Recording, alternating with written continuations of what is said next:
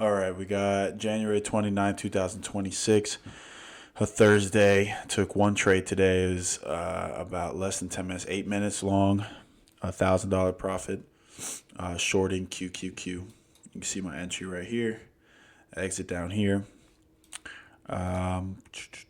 Let's go over. I also took this trade. This is on the options side, but I also took this trade on my eval. For a profit of 632, entry, exit, and I'll show you how this trade played out. So as always, first thing in the morning, I'm marking out my previous day high, previous day low, and a zone of liquidity that I marked out right here. So if I'm going short based off of my setup, looking at NQ, if I'm going short, right, I'm looking for 0DT options for 631 previous day low and this zone of liquidity down here, and vice versa if I'm going to the upside. So I already set it back to 9:30 so we could play it out live. I wait for the first 3-minute fair value gap to appear. And we got it right here. So I usually mark it out. All right. At this point, I wait for a confirmation candle. This was a pretty valid confirmation to me. And real simple, I entered right here. Put my stop loss above the fair value gap, and I just went for a 1-2-1.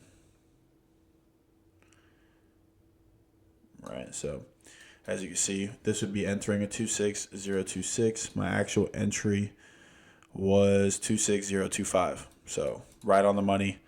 I usually buy maybe like 10 seconds before this confirmation candle. If it is a valid confirmation, I'll buy about 10 seconds before the candle's over. So that's how I got this tight entry. Pause and just go for a 1-to-1.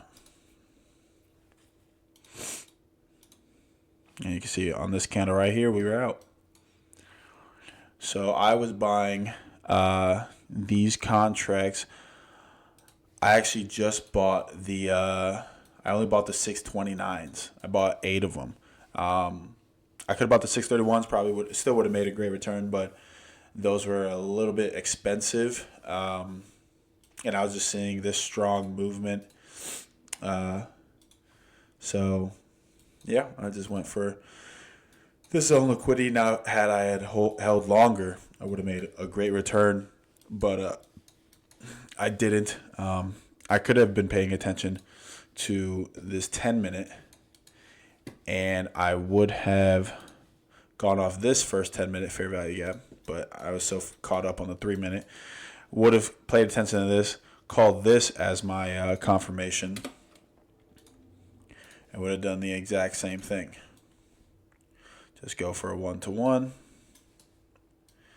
Let's see what that would have played out to. Granted, I would have missed this earlier move, but my thought process was I could have hit this 3-minute, then started focusing on this 10-minute as well for a bigger profit.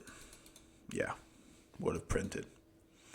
And that's it. That's my trade. In and out. The first fair value gap on the 3-minute. I trade off of that, or I'll trade off the first fair value gap on a 5-minute or first fair value gap on a 10-minute. Those usually take a little bit longer. And that's it. Thanks for watching.